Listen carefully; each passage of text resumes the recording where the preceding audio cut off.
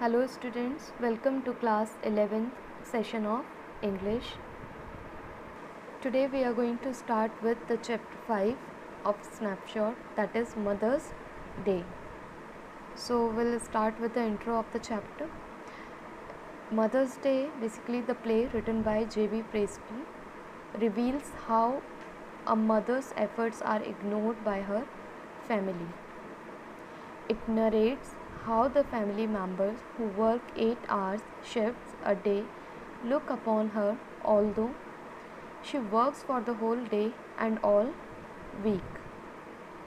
And after all, whatever she does for them, they take her for granted. They make her feel obligated to provide for them and do not even appreciate her for efforts.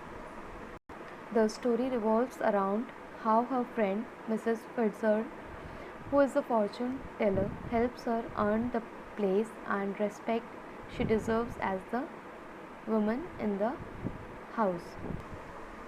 So this is the chapter 5 of your NCERT book written by J.B. Priestley. The following play is a humorous portrayal of the status of the mother in a family.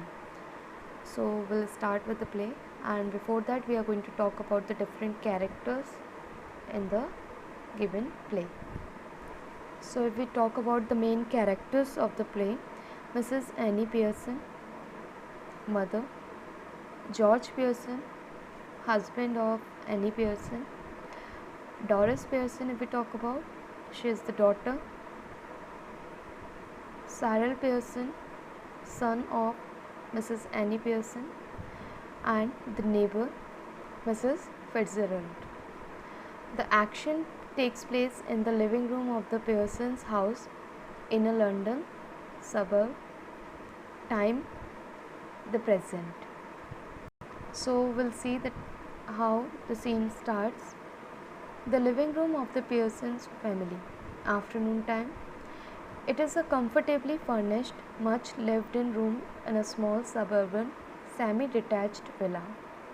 If necessary, only one door need to be used, but it is better with two. One up left leading to the front door and the stairs, and the other in the right wall leading to the kitchen and the back door. There can be a muslin covered window in the left wall and possibly one in the right wall too. The fireplace is assumed to be in the fourth wall. There is a settee upright, an armchair down left and one down right. A small table with two chairs on either side of it stands at the center. So we can see when the curtain rises, it is an afternoon in early autumn and the stage can be well lit. Mrs. Pearson at right and Mrs. Fitzgerald at left are sitting opposite each other at the small table, on which are two teacups and saucers and the cards with which Mrs. Fitzgerald has been telling Mrs. Pearson's fortune. If we talk about Mrs. Pearson, is a pleasant but worried looking woman in her 40s. Her neighbor, Mrs. Fitzgerald, is older, heavier, and a strong and sinister personality. She is smoking, and it is very important that these two should have sharply contrasting voices. Mrs. Pearson speaking in a light, flurried sort of tone with a touch of suburban cockney perhaps, and Mrs. Fitzgerald with a deep voice, rather Irish perhaps. So here we can see the conversation between two, Mrs. Fitzgerald and Mrs. Pearson.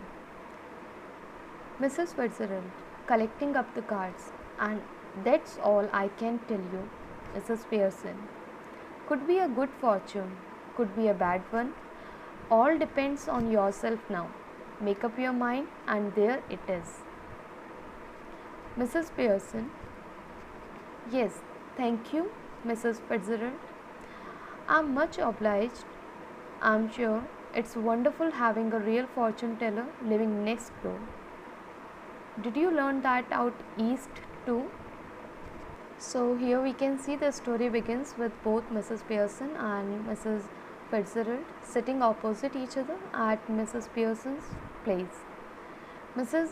Fitzgerald is a fortune teller and she has means supposedly seen Mrs. Pearson fortune. Thus, she continues to say that she has told her all that is within her capacity to tell. The same reading can work in a positive way if Mrs. Pearson's actions are in sync with it, or it could turn out to be bad too. After that, Mrs. Pearson expresses her gratitude towards Mrs. Fitzgerald for having seen her fortune and shares how great it is to have someone like her around. She then asks her if she has learned the art of fortune telling from the East.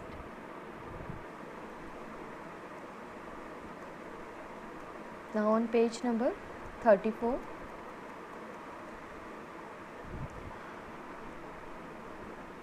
Mrs. Fitzgerald, I did. 12 years I had of it, with my old man rising to be lieutenant quartermaster. He learnt a lot and I learnt a lot more. But will you make up your mind now, Mrs. Pearson dear?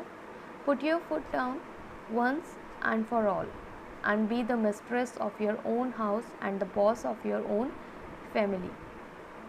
So here we can see Mrs. Fitzgerald answers that she did learn the art from East for at least 12 years. While her father was climbing the ladder to becoming lieutenant quartermaster, she was learning this. She then motivates Mrs. Pearson to stand for herself and get the respect she deserved at her home by deciding for her fortune. And in the response, Mrs. Pearson, smiling apologetically, underline it and write it down. Apologetically here means in a very regretful manner. She says, that's easier said than done. Besides, I am so fond of them, even if they are so thoughtless and selfish. They don't mean to be. So here she says that it's far more difficult than it sounds. And she mentions that I am very fond of my all the family members and I love them. Then Mrs. Fitzgerald cutting in, maybe not, but it would be better for them if they learn to treat you properly. So here she is trying to convince Mrs. Pearson. Mrs. Pearson, yes, I suppose it would, in a way. Mrs. Fitzgerald, no doubt about it at all. Who is the better for being spoiled? Grown men, lad or girl? Nobody. You think it does them good when you run after them all the time? Take their orders as if you were the servant in the house. Stay at home every night while they go out enjoying themselves. Never in all your life.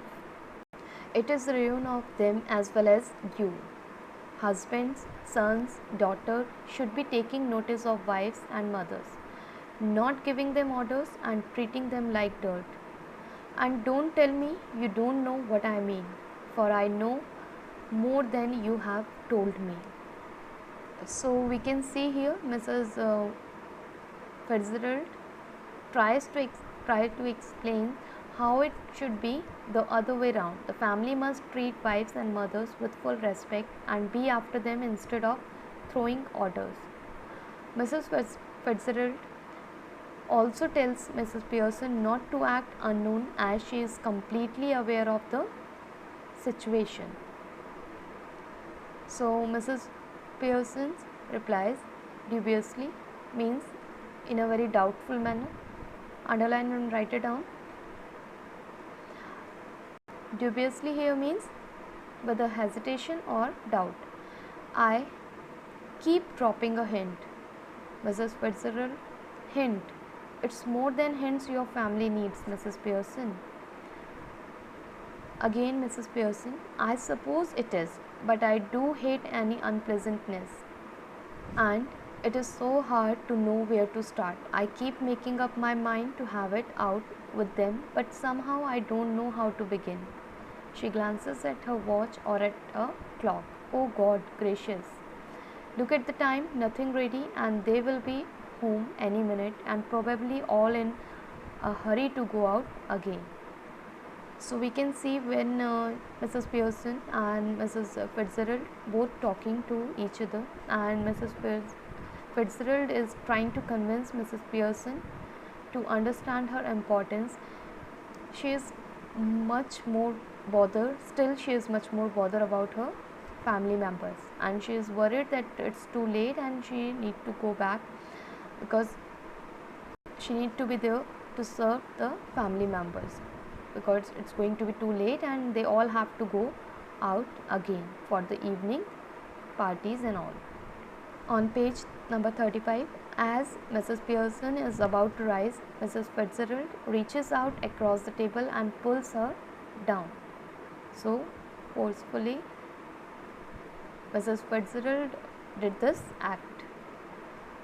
Mrs. Fitzgerald, let them wait or look after themselves for once. This is where your foot goes down. This is where your foot goes down. Start now. She lights a cigarette from the one she had just finished. Mrs. Pearson, embarrassed. Mrs. Fitzgerald, I know you mean well. In fact, I agree with you, but I just can't, and it's no use you trying to make me. If I promised you, I would really have it out with them. I know I wouldn't be able to keep my promise. Mrs. Fitzgerald, then let me do it. Mrs. Pearson, flustered, underline it. It means little bit confused here. Underline and write it down. Confused because she is not able to take decision here. Oh no, thank you very much, Mrs. Fitzgerald, but that wouldn't do at all. It could possibly be somebody else. They would resent it at once and wouldn't listen. Resent means they might feel little bit bitterness. Underline might feel bitterness, and really I couldn't blame them. I know I ought to do it, but you see how it is. She looks apologetically across the table, smiling rather miserably. So we can see here that Mrs. Pearson tells her that she doesn't think it's a good idea. She says so because she knows that they might react to her changed behavior at first, but then would ignore it and resort to their old ways. And also, Mrs. Pearson doesn't blame them for this. She feels stuck because she knows it needs to be done, but it is unable to do it. Although she also understands the importance of changing her behavior because of the ignorance she is getting from her family members, but she is not able to convince with the idea given by her neighbor. So Mrs. Fitzgerald says in a very cool manner, you haven't got the idea. Mrs. Pearson, bewildered means underline in very confused manner. Oh, I'm sorry, I thought you asked me to let you do it. Mrs. Fitzgerald, I did, but not as me, as you. Mrs. Pearson, but I don't understand. You couldn't be me. Mrs. Fitzgerald, again in a very cool manner. We change places or really bodies. You look like me, I look like you. Mrs. Pearson, but that's impossible. Then Mrs. Fitzgerald, how do you know? Ever tried it? Mrs. Pearson, no, of course not. So here Mrs. Fitzgerald asking her to change Mrs. Pearson with her. Basically they are talking about changing the personalities. Mrs. Fitzgerald, coolly, I have. Not for some time, but it still ought to work. Won't last long, but long enough for what we want to do. Learned it out east, of course, where they are up to all these tricks. So here we can see that it shows that Mrs. Fitzgerald is aware about little bit of magic or something like that, and she knows how to change the personalities. She holds her hand out across the table, keeping the cigarette in her mouth. Give me your hand, dear. Mrs. Pearson, dubiously. again in very confused manner. Well, I don't know. Is it right? On page number 36, Mrs. Fitzgerald, it's your only chance. Give me your hands and keep quiet a minute. Just don't think about anything. Then she takes her hands. Now look at me. They stare at each other, muttering something like chanting of some kind of magic or something like that. This little scene should be acted very carefully. We are to assume that the personality change bodies. After the spell has been spoken, both women, still grasping hands, go legs, as if the life were out of them. So it was visible as if their life, their spirit changing their bodies. Then both come to life, but with the personalities of other. Each must try to adopt the voice and mannerisms of the other. So now Mrs. Pearson is bold and dominating, and we know very well these were the characteristics of the Mrs. Fitzgerald. Now Mrs. Fitzgerald is nervous and fluttering, confused sort of personality. So here we can see that both of them have changed their personalities, and Mrs. Fitzgerald did some sort of magic to do this kind of act. Mrs. Pearson now with Mrs. Fitzgerald's personality. See what I mean, dear. She notices the cigarette. Here, you don't want that. She snatches it and put it in her own mouth, puffing contentedly. Means in a very satisfied manner. Mrs. Fitzgerald, now with Mrs. Pearson personality, looks down at herself and sees that her body has changed and gives a scream of fright, because she can feel that now her body is totally changed, her spirit is totally changed. Mrs. Fitzgerald with Mrs. Pearson personality. Oh, it has happened. Mrs. Pearson complacently, in a very satisfied manner. Of course, it's happened. Very neat. Didn't know I had it in me. Mrs. Fitzgerald, alarmed. But whatever shall I do, Mrs. Fitzgerald? George and children can't see me like this. Mrs. Pearson, grimly. They aren't going to.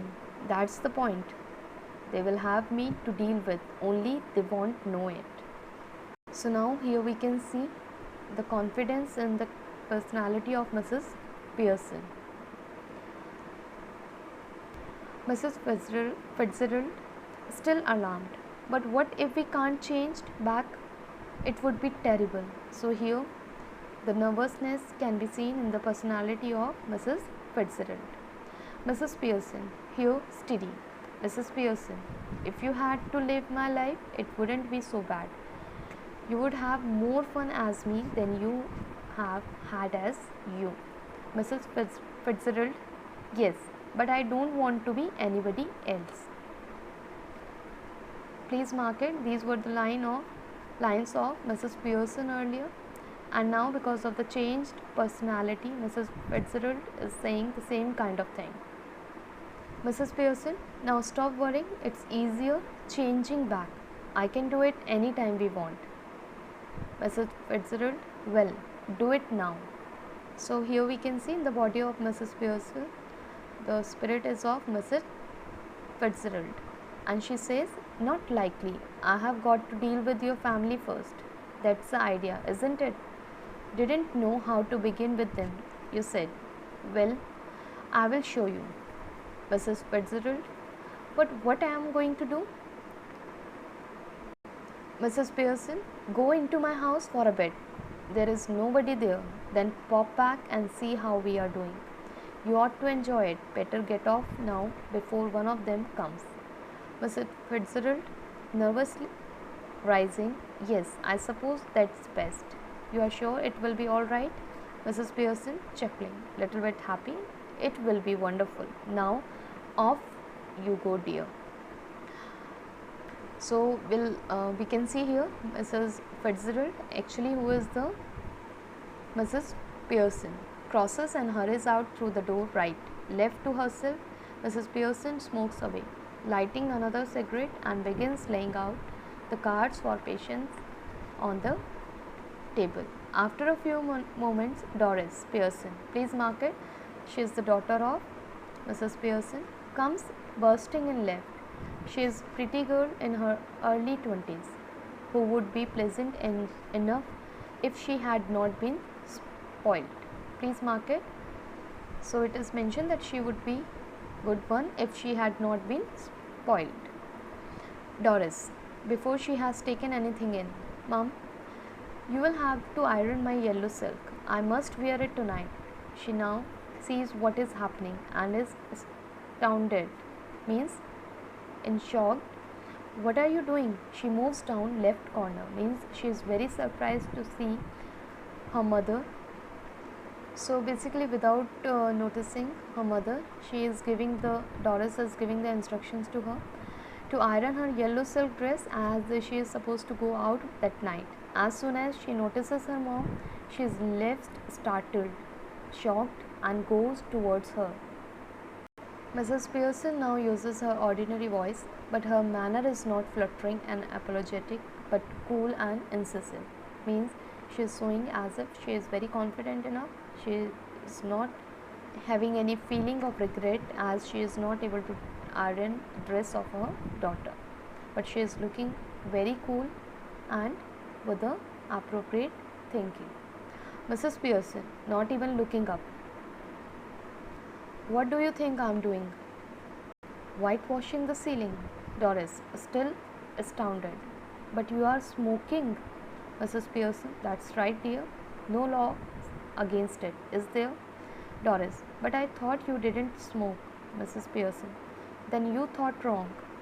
Doris, are we having tea in the kitchen? Mrs. Pearson, have it where you like, dear. Doris, angrily, do you mean it isn't ready? Mrs. Pearson, yours is not. I have had all I want. Might go out later and get a square meal at the Clarendon. Doris, hardly believing her ears. Who might?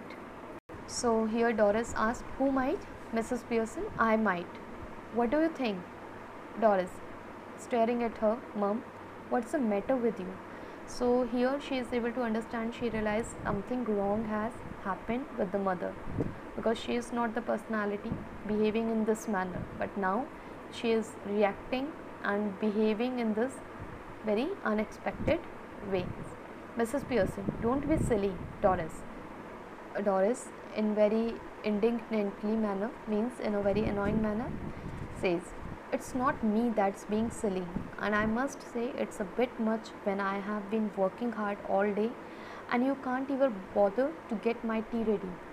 Did you hear what I said about my yellow silk? Mrs. Pearson, no. Don't you like it now? I never did.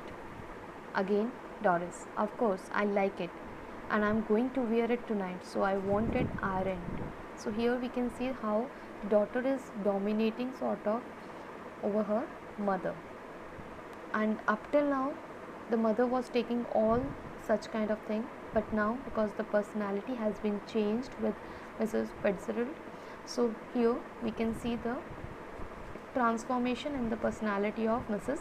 Pearson, the way she is reacting now, the way she is responding to the instructions given to her. Mrs. Pearson, wanted ironed. What do you think it's going to do? Iron itself. Doris, no, you are going to iron it for me. You always do, Mrs. Pearson. Well, this time I don't. And don't talk rubbish to me about working hard. I have a good idea how much you do. Doris Pearson, I put in twice the hours you do and get no wages nor thanks for it. Why are you going to wear your yellow silk? Where are you going? Doris, sulkily means in a very unhappy mood, out with Charlie Spence. Mrs. Pearson, why? Doris, widely, why? What's the matter with you? Why shouldn't I go out with Charlie Spence if he asks me and I want to? Any objections? Go on. You might as well tell me. Mrs. Pearson, now telling the reality to her, can't you find anybody better? I wouldn't be seen dead with Charlie Spence. Buck teeth and half-witted. Doris, he isn't. Mrs. Pearson, when I was your age, I would have found somebody better than Charlie Spence or given myself up as a bad job. Doris, nearly in tears. Oh, shut up. After the scene, Doris runs out left. Mrs. Pearson chuckles, means she laughs and begins putting the cards together. After a moment, Cyril Pearson enters left. He is the masculine counterpart of Doris, means he is the brother of Doris Pearson and the son of Mrs. Pearson. Please underline and write it down.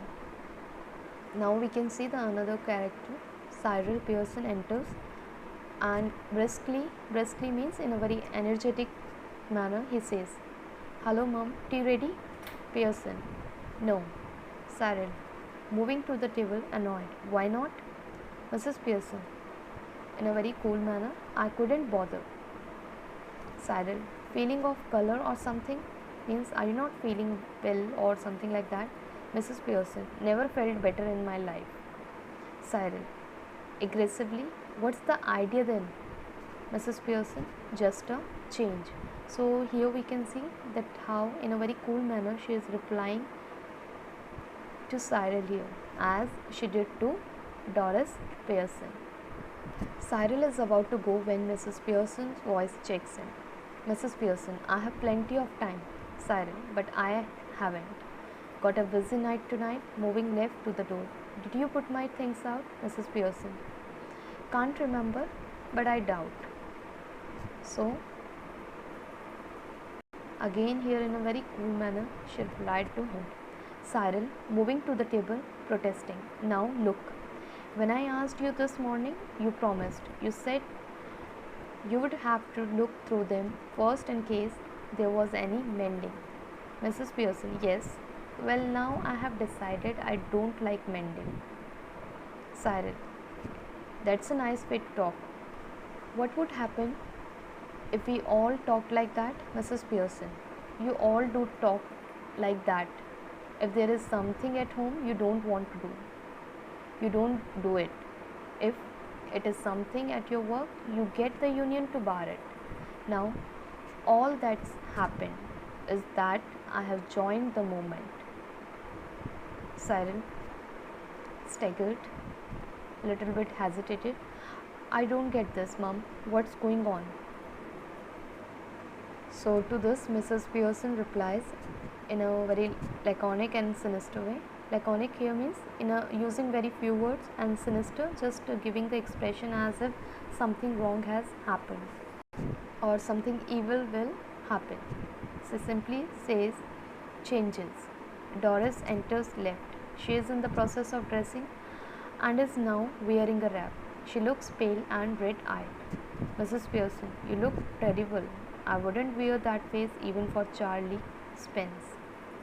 Doris, moving above the table, angrily. Oh, shut up about Charlie Spence.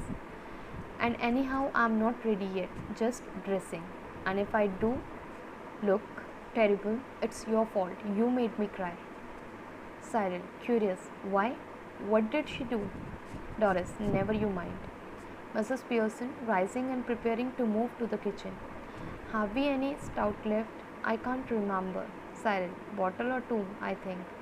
But you don't want stout now. Stout here means she is asking for the leftover beer. Mrs. Pearson, moving left slowly. I do. Cyril, what for? Mrs. Pearson, turning at the door. To drink, you clot. Clot means you fool. Mrs. Pearson exits right. Instantly, Cyril and Doris are in huddle, close together at left center, rapidly whispering. They're talking to each other. Doris, has she been like that with you too? Cyril, yes. No tea ready? Couldn't care less. Doris, well, I'm glad it's both of us. I thought I had done something wrong. Cyril, so did I. But it's her, of course. Doris, she was smoking and playing cards when I came in. I couldn't believe my eyes. Cyril, I asked her if she was feeling off color and she said she wasn't. Doris, well, she is suddenly all different and that's what made me cry. It wasn't what she said, but the way she said it and the way she looked. Cyril, haven't noticed that she looks just the same to me, Doris. She doesn't to me. Do you think she could have hit her head or something? And God, what is it? So both of them are talking, and Doris says that the mother might have got some hit on her head, and that's why she is reacting in this manner. Cyril staggered. Do you mean she is barmaid? Barmaid means crazy or mad. No, Doris, no, you fathead. Fathead means stupid. Concussion she might have. Please mark, concussion means concussion. Concussion means feeling unconscious due to some hit on head or something like that. She might have. Cyril, sounds far-fetched. Doris, well, she is far-fetched. If you ask me, she suddenly begins to giggle. Cyril, now then, what is it? Doris, if she is going to be like this when Dad comes home, she giggles again. So now she is doing the imagination that what will happen if she is going to be, the mother is going to be the same when Dad comes to home. Cyril, beginning to guffaw. Guffaw here means laughing very loudly. I'm staying in for that 2 front dress circles for the first house. Mrs. Pearson enters right carrying a bottle of stout and a half-filled glass. Cyril and Doris try to stop their guffawing and giggling, but they are not quick enough. Mrs. Pearson regards them with contempt, and here Mrs. Pearson simply ignores them. All of you just put the mark on page number 41 till contempt, and the leftover part of the play will continue in the next class. Thank you everyone. Have a nice day.